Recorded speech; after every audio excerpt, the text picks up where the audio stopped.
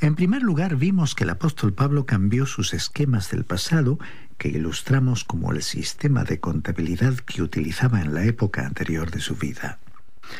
Antes, él había sido muy religioso, agregando en su columna del haber muchos elementos buenos que eran religiosos y piadosos, y que ofrecían la mejor imagen posible de una persona en cuanto a lo que el mundo considera de valor en la actualidad.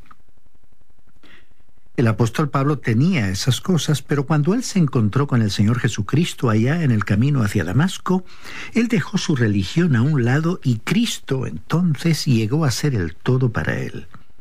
Por ello dijimos que este hombre, Pablo, en ese momento cambió su sistema de contabilidad. Lo que antes él había considerado una ganancia, lo consideraba ahora como una pérdida.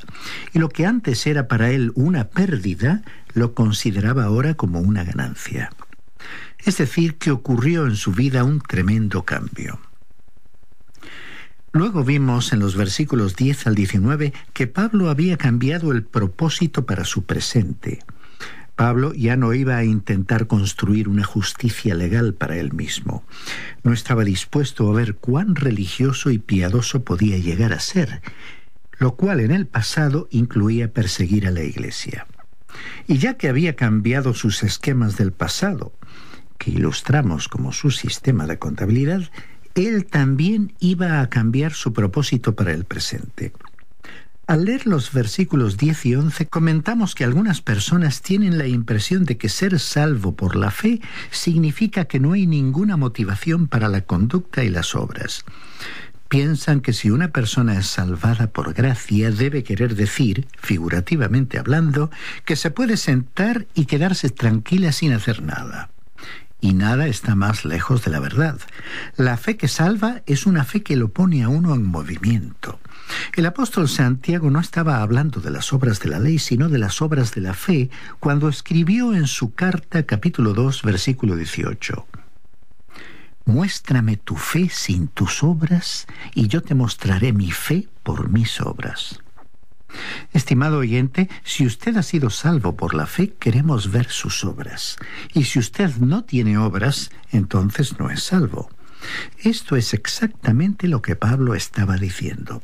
Si usted ha sido salvo por la fe, usted tiene una nueva motivación, un nuevo propósito en la vida, un nuevo estilo de vida. Si su fe en Cristo no le ha cambiado, entonces usted no ha sido salvado. Usted es aún ese viejo hombre produciendo la misma vieja vida. El apóstol disipó esa noción de que el ser salvo por la fe quería decir que uno puede, espiritualmente hablando, sentarse en una mecedora y permanecer allí durante todo el camino hacia el cielo. Pablo exhibió en este pasaje un esfuerzo, una energía que procedía del Espíritu Santo, que era mucho más poderosa que cualquier esfuerzo legal. Bajo la ley, este hombre estaba dispuesto a ir a Damasco para acabar con los seguidores de Cristo. Bajo el sistema de la gracia y la fe, él iba a ir hasta los confines de esta tierra para hacer seguidores de Cristo y para dar testimonio de él. Es que la fe produce algo. Debemos ser muy claros en este asunto. Sus obras no tienen nada que ver con su salvación. Usted está limitado a una cruz para su salvación. Dios solo le está preguntando a usted, estimado oyente, que aún no es salvo, le está preguntando una cosa. ¿Qué va a hacer usted con Cristo, quien murió por usted? Y si usted le acepta a Cristo como Salvador, usted entonces es salvo por la fe. Y esa es la justicia que viene solo por la fe. E incluso su vida después de la salvación no edifica una justicia que tenga algo que ver con su salvación, sino que su fe en Cristo es para usted una motivación de vivir para Dios. Esa es la razón por la cual Pablo vivió en la forma en que lo hizo. Observemos la frase de Pablo: quiero conocerle a Él. Hacia el final de su vida el apóstol tenía la ambición de conocer a Cristo. Hay algunas personas que dan la impresión hoy de que ya lo conocen todo.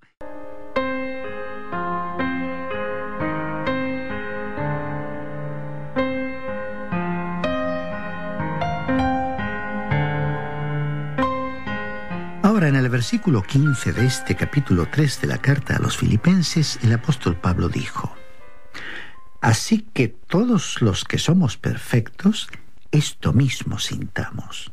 Y si otra cosa sentís, esto también os lo revelará Dios. Veamos la frase, así que todos los que somos perfectos.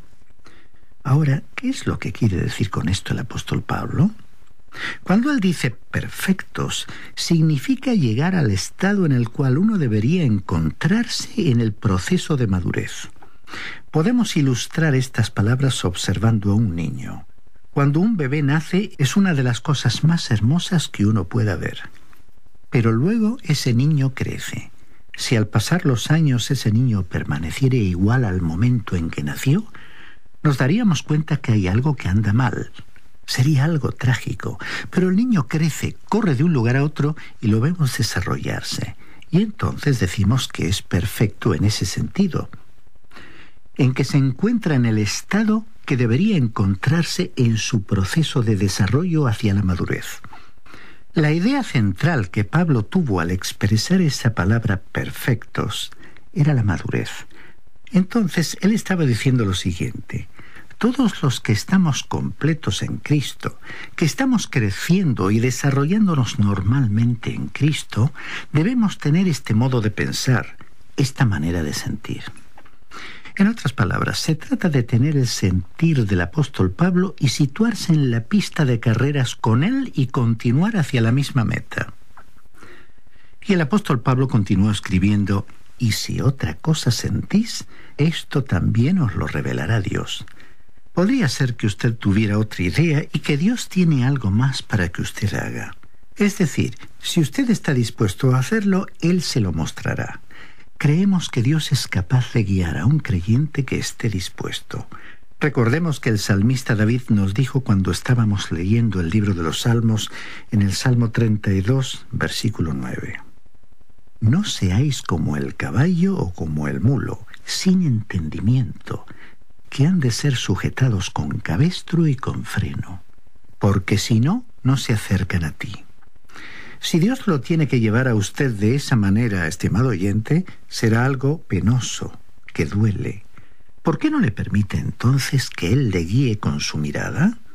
Esa es la manera en que a Él le agradaría hacerlo. Bueno, de eso nos estaba hablando Pablo aquí cuando escribió: esto también os lo revelará Dios. Dios le revelará a usted su voluntad si usted quiere que Él le guíe. Uno escucha a los creyentes decir: si solo supiera la voluntad de Dios. Estimado oyente, para conocerla, usted tiene que estar en contacto con el Señor Jesucristo. Es cuestión de acercarse a Él.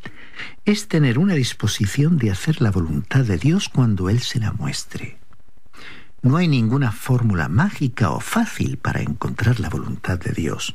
Uno no puede vivir una vida descuidada, una vida de cristiano solo para usted mismo y esperar ver una visión o que un ángel le diga lo que tiene que hacer o que aparezca una luz verde que le señale el camino que debe seguir cuando se presente en su vida un momento crítico. Si usted lo cree así, creemos que está completamente equivocado. El conocimiento de la voluntad de Dios viene a través de un caminar día a día con Él, y cuando usted tenga una disposición para ser guiado por Él. Esta forma de vivir y esa actitud le mantendrá a usted en la ruta correcta a seguir en el viaje de la vida y le traerá paz y alegría a su corazón. Veamos ahora lo que dijo Pablo aquí en el versículo 16. Pero en aquello a que hemos llegado, sigamos una misma regla, sintamos una misma cosa. Pablo estaba aquí animando a los cristianos de Filipos para que salieran y se implicaran en la carrera cristiana. Él quería que continuaran avanzando para recibir el premio que Dios nos llama a recibir en Cristo Jesús. Después procedió a colocarse a sí mismo como ejemplo y les dijo a sus lectores de Filipos en el versículo 17: Hermanos, sed imitadores de mí y mirad a los que así se conducen según el ejemplo que tenéis en nosotros. ¿Cómo nos gustaría poder decir lo mismo a nosotros? No podemos. Sin embargo, Pablo podía decirlo. Fue como si les hubiera dicho: Si queréis saber cómo hacerlo, observadme a mí, mirad el ejemplo que os damos.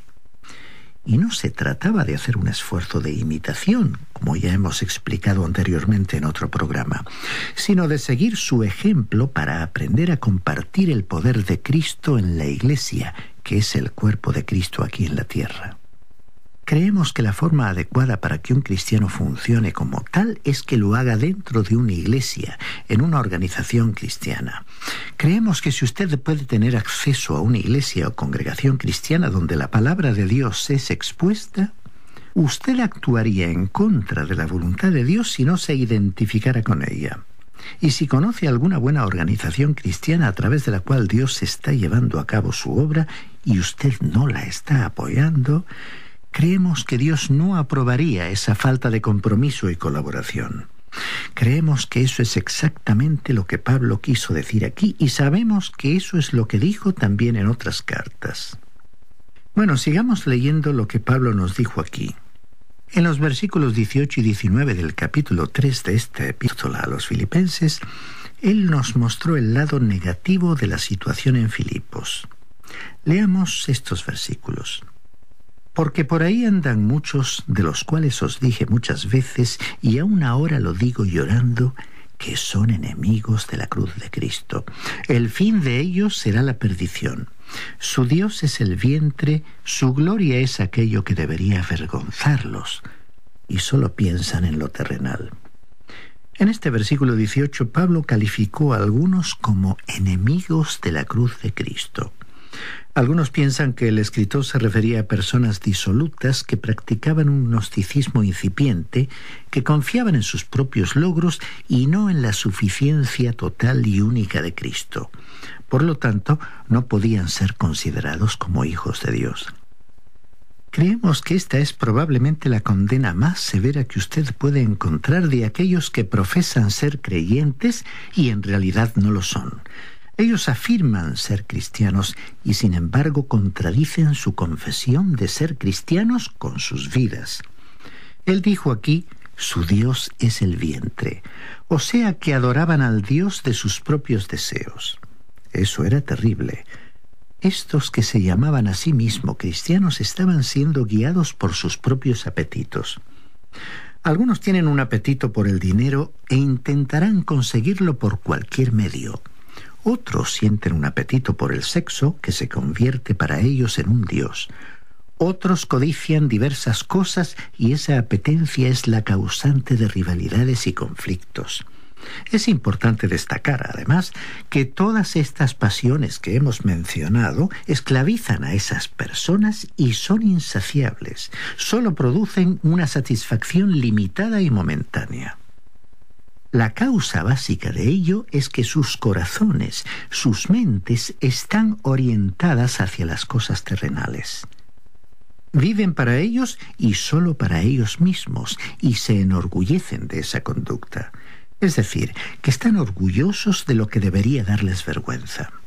Lo que Pablo dijo en realidad, traducido a nuestra situación de hoy, es que si uno ha confiado en Cristo, si ha experimentado esa revolución, la misma revolución que vivió Pablo en el camino hacia Damasco, y si Cristo es ahora quien absorbe todo su pensar, su tiempo, su talento y sus posesiones, entonces ese cambio, esa transformación se verá en su vida.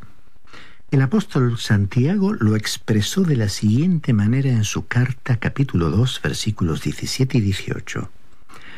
Así también la fe, si no tiene obras, está completamente muerta. Pero alguno dirá, tú tienes fe y yo tengo obras. Muéstrame tu fe sin tus obras y yo te mostraré mi fe por mis obras. En otras palabras, estimado oyente, que si usted no tiene obras, no va a llegar a convencer a su prójimo. Él evaluará su fe a través de sus obras. Como dijo Calvino, la fe sola salva, pero la fe que salva no está sola. Dios conoce su corazón y sabe lo que hay y no hay en él. Pero aquellos que le rodean a usted en su vida diaria no pueden ver su parte interior, espiritual, a menos que su vida interior se manifieste al exterior en acción, en conducta, en actitudes, es decir, en obras. Algunas personas consideran que esta frase, su Dios es el vientre, es fuerte. Bueno, no es que sea fuerte, pero la condición a la cual se refiere es sin duda fuerte y cruda. Es trágico ver a quienes profesan ser cristianos entregados a las cosas pasajeras de este mundo, a las que consideran tan importantes. Creemos oportuno finalizar hoy con unas palabras del apóstol Juan que parecen haber sido escritas para aquellos que se aferran a las cosas materiales, a las cosas pasajeras, y están esclavizados a ellas para satisfacer sus propios deseos.